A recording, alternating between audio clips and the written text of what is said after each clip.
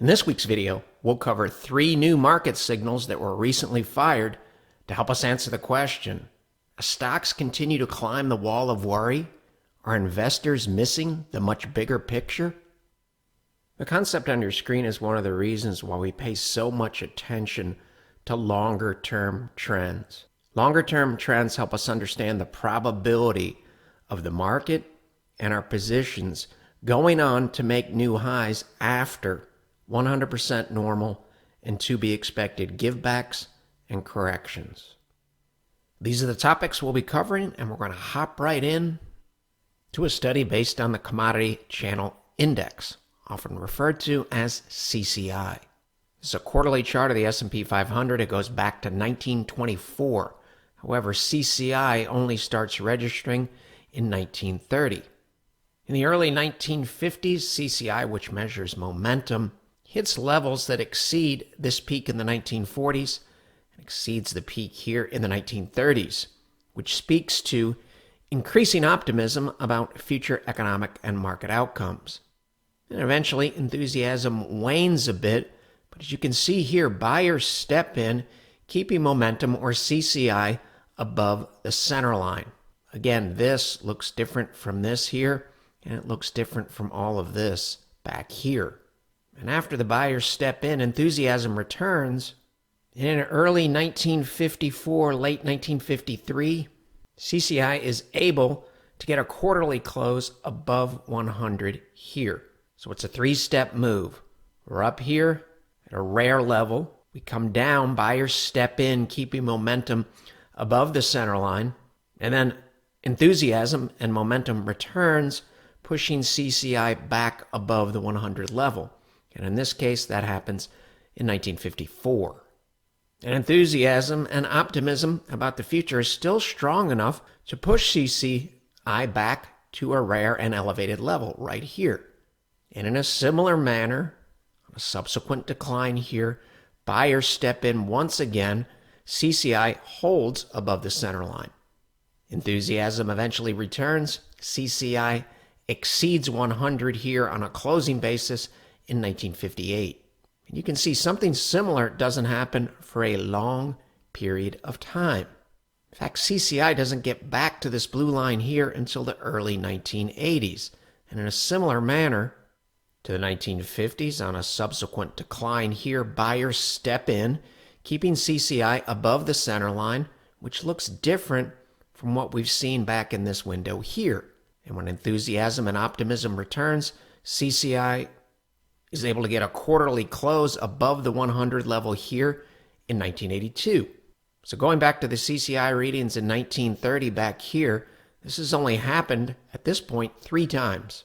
If we fast forward all the way to 2021 here, once again, we go from a rare elevated level here, hasn't happened for a long period of time.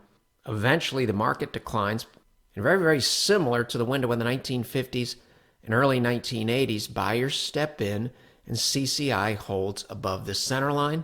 And eventually, buyers are able to push quarterly momentum above 100. And that's what we have in the present day. And up here, we say the signal is not nailed down yet. We won't know that until the end of March. Thus, based on the chart we have in front of us, it's fair to say that 2024 shares some similar characteristics to 1982, 1958, and 1954. Since our CCI data goes back to 1930, we've only seen a similar move 3 previous times, in 1954, 1958, and 1982. It's logical to ask and answer. How did the stock market perform following the historical signals? The answer is quite well. 1 year later, median return S&P 500, roughly 17%. 3 years later, roughly 50%. 6 years later, almost 95%, 8 years later, 86%, and 10 years later, almost 179%. And the historical drawdowns following the quarters that triggered the signal where CCI got back above 100 on a closing quarterly basis, the drawdowns were muted, and they tended to occur relatively quickly. Average drawdown occurred 14 calendar days later. The median drawdown 3 calendar days later. Doesn't predict anything. It just helps us understand the broader context in 2024. And ultimately, that's going to be more important than the specific signal dates or signals. And the tables, again, for the most part, help us understand context.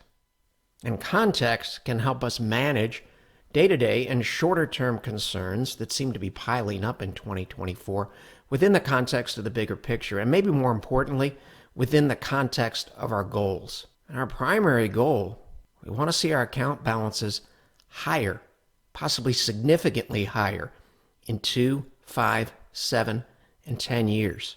That's much more important than trying to avoid a short-term drawdown. So, from a contextual perspective, if we look at quarterly CCI objectively, the look in the present day is similar to this green box here between 1982 and 2000, and it's similar to this green box between 1950 and 1962. The momentum wanes a little bit in here, but still very, very similar look here to what we still have in the present day. And maybe more importantly, again, if we look at CCI objectively, the present day really doesn't look anything like this ugly window here, this ugly window in the center of your screen, nor this very difficult period for investors in the 1930s and 1940s. More specifically, present day looks significantly, discernibly different from the 1930 to 49 window, the 1968 to 81 window, and the 2000 to 2011 window. And if we compare and contrast the green boxes on your screen to the red boxes on your screen, it's fair to say that the 1950 to 1968 window, the 1982 to 2000 window, and the 2012 out to 2024 window thus far, they look significantly and discernibly different than the red boxes. And that's relevant because the market did not perform particularly well in here, nor here, nor here, especially relative to this period here, and thus far walking forward from 2012. And remember, the particular signals and the particular signal dates probably not as important here relative to context. And this, the signals on your screen, tell us a lot about context, and all of it lines up extremely well with the concept of a secular bull market that's ongoing, primarily driven by favorable and improving demographics, a concept that we covered in a video back in October of 2019, and again last year, provided an update in the June 16, 2023 video. And it's fair to say the signals on the left side of your screen and the subsequent S&P 500 performance on the right side of your screen aligns favorably with the Chante trend meter analysis that we did in June of 2023. And just from a price perspective, it's easy to see that price action in here is materially different relative to price action in here. The same can be said for this orange box relative to this period here, and this orange box relative to the period between 2012 and the present day. This was the chart that we used in the June 2023 video, and you'll notice the chart on your screen is starting to look very, very similar to the chart that we just covered and the signal that we just covered in 2024.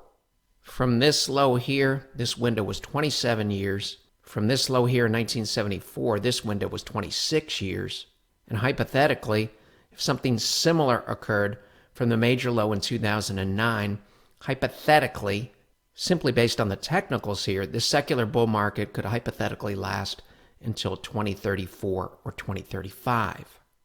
And we updated that June 2023 analysis in January of 2024. The version of the chart on your screen is dated January 4th, 2024, and we estimated that January 5th, 2024 was similar to February 23rd, 1957 and July 31st, 1989.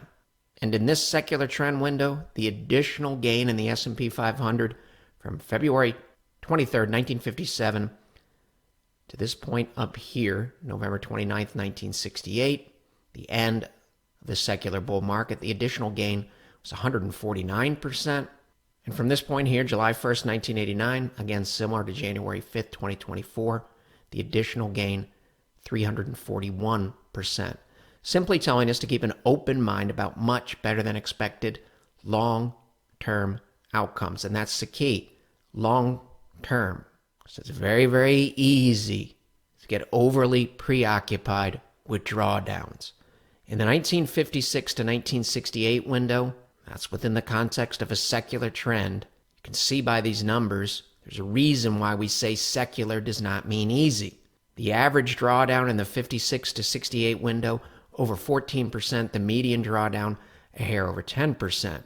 Thus, if you were overly concerned about a 10 to 14% drawdown, probably didn't capture 149% or even a significant portion of the 149% return in the S&P from point A to point B.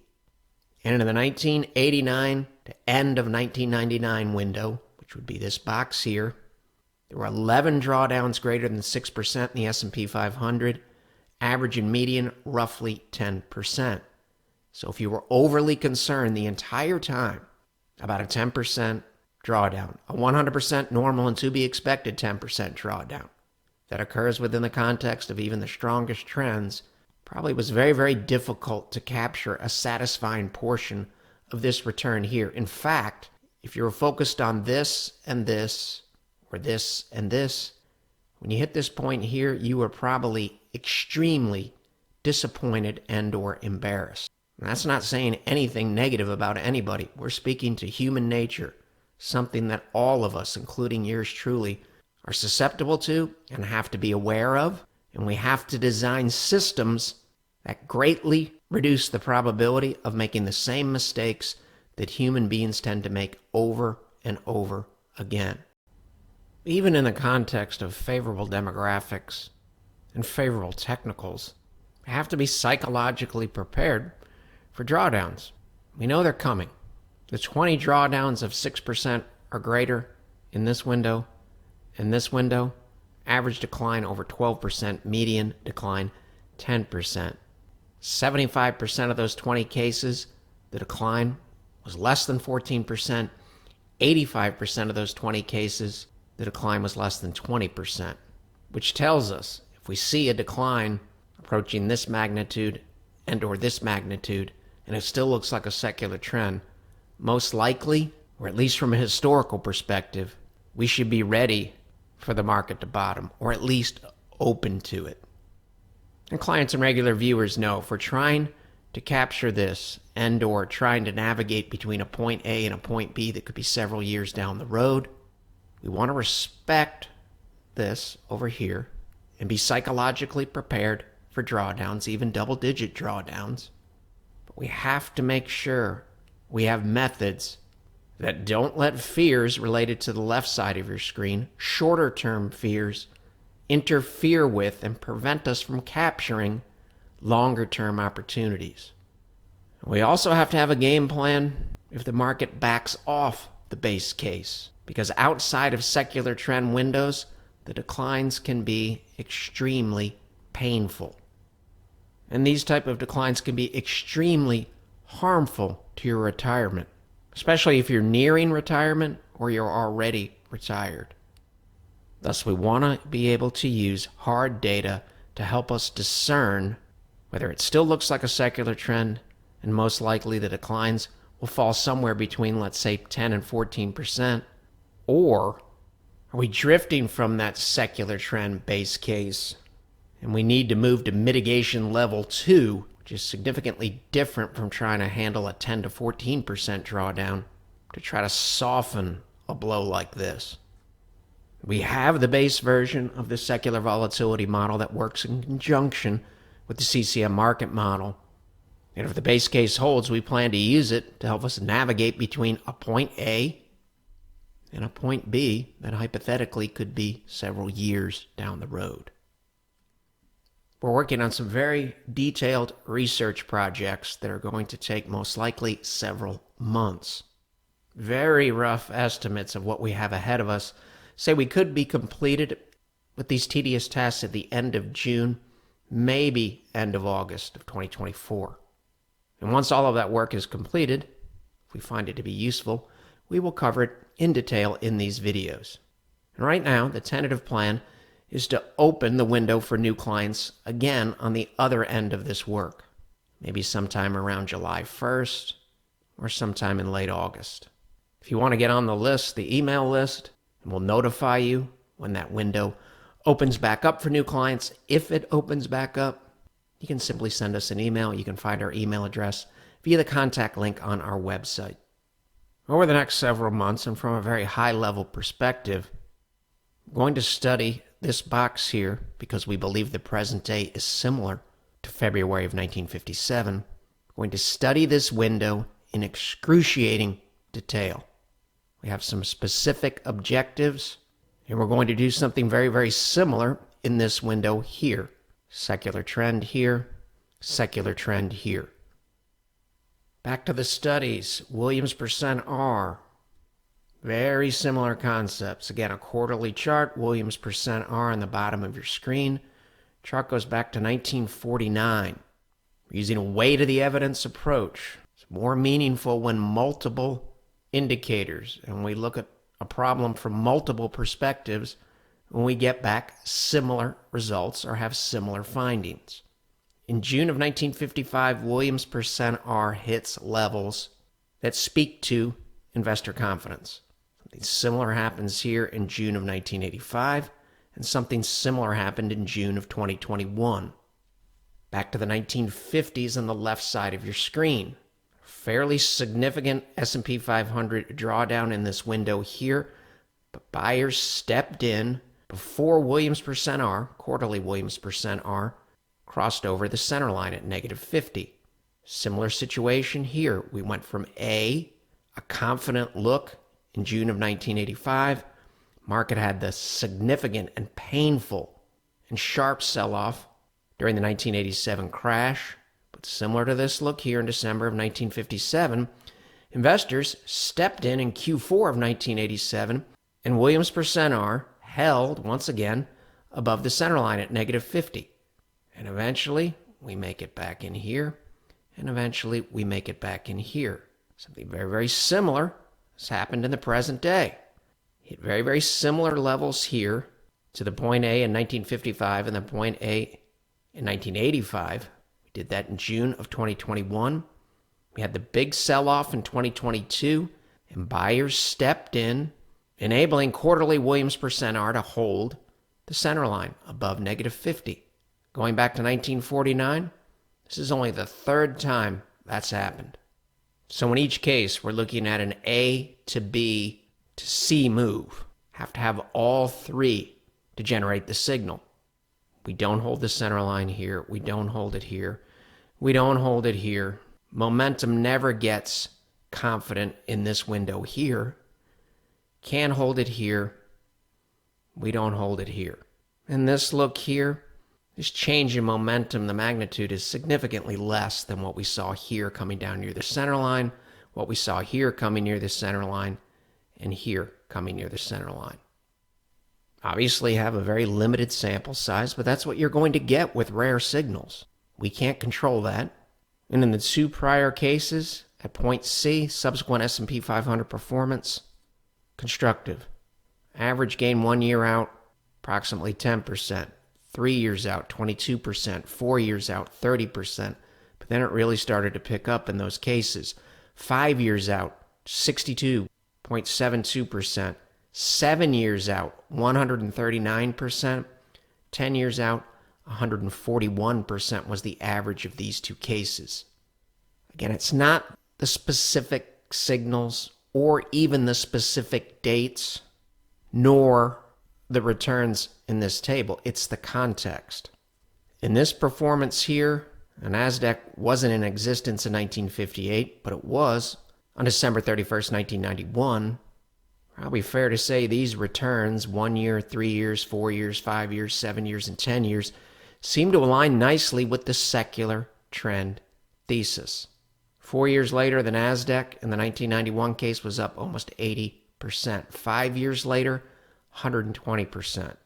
So the data for the NASDAQ here aligns with this data set here, moving left to right.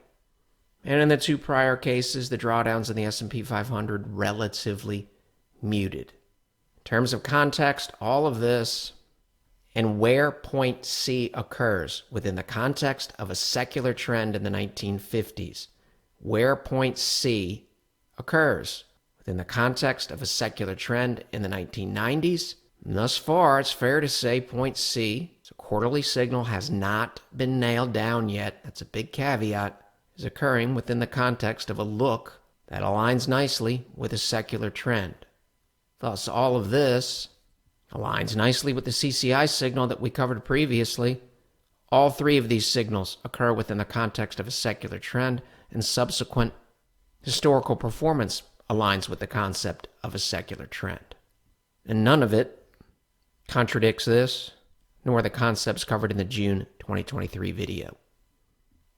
Continuing with the weight of the evidence approach, let's move to a rare development based on the S&P 500's 50-day moving average. This is the 50-day moving average here for the S&P 500.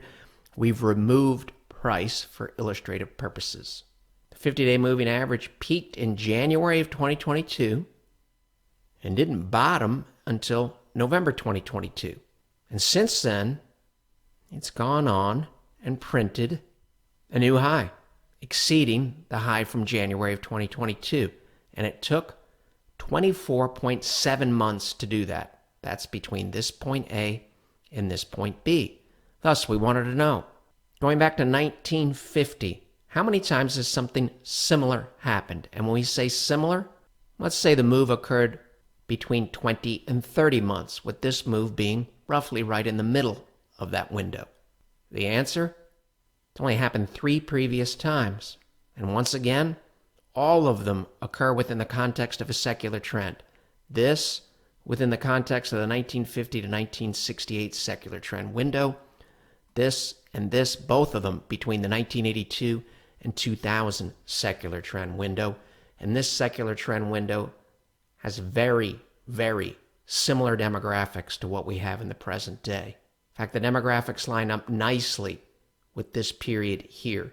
The same period, the signal that has nothing to do with demographics, was just generated based on the 50-day moving average. Subsequent S&P 500 performance, after the 3 points that were similar to this point here, we hit that on January 26, 2024. 1 year later, the average gain, 11%. We have to have realistic expectations. 3 years later, 33%. 5 years, 42%. 7 years, almost 90%, and 10 years later, 202%, with the range being between 103% and 307%. And in the 3 historical cases, S&P 500 maximum drawdowns from the date of the signal, so in our case, that would be from January 26th, 2024, hypothetically, approximately 3%.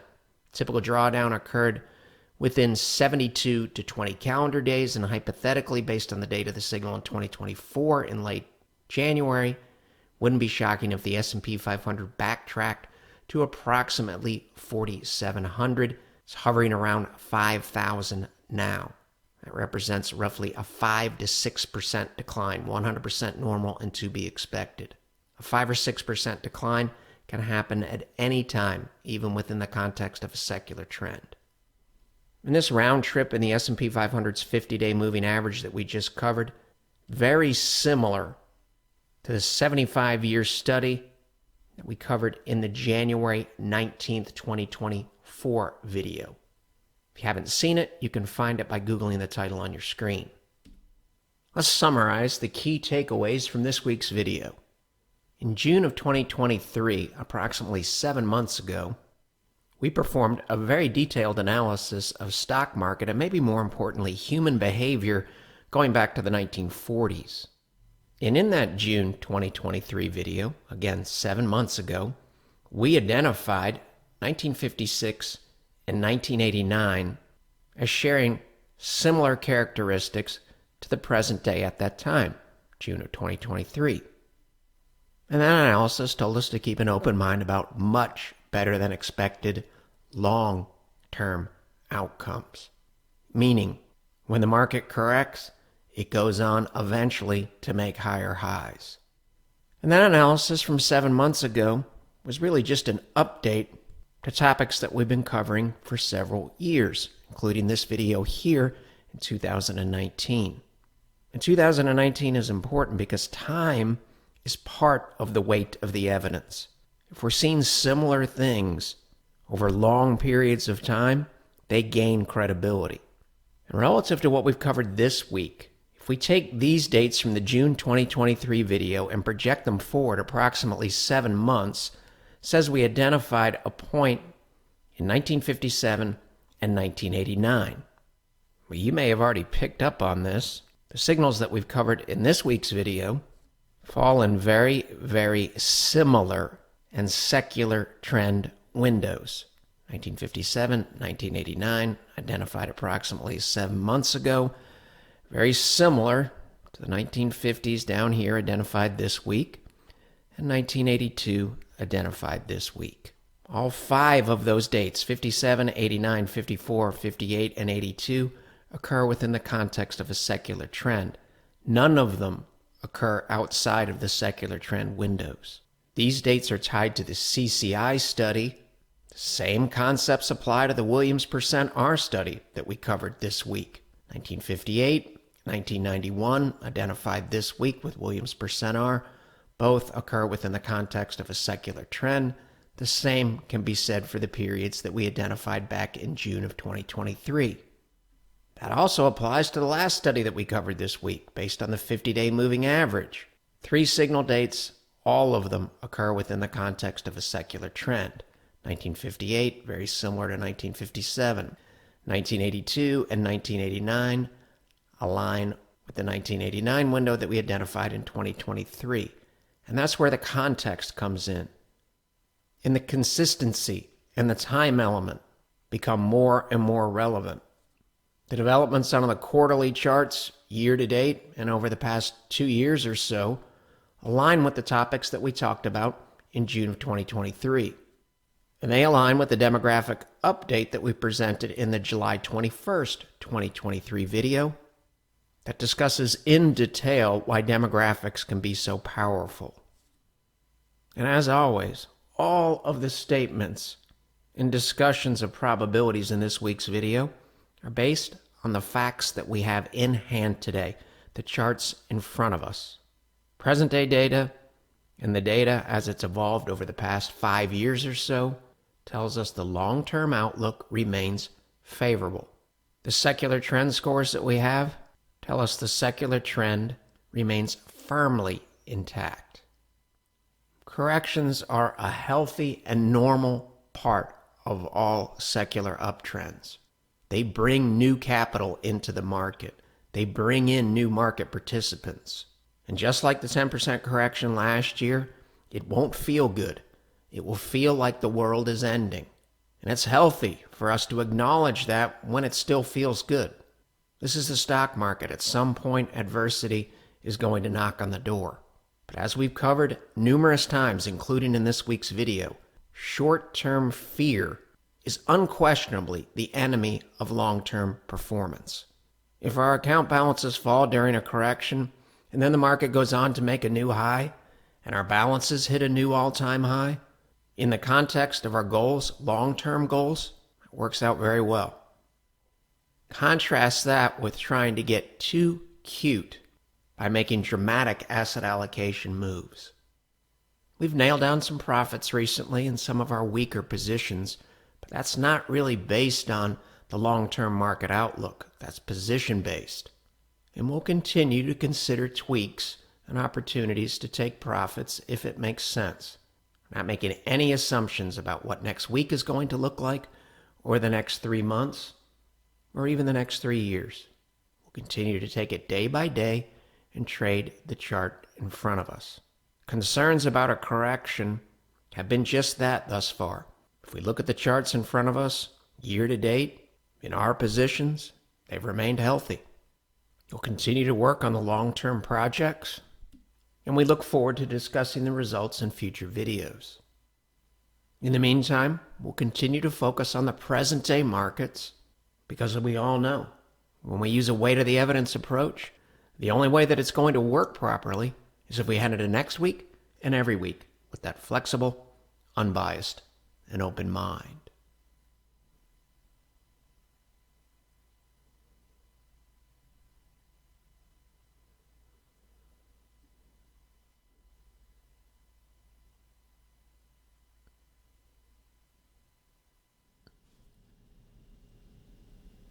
The material in this video has no regard to the specific investment objectives, financial situation, or particular needs of any viewer.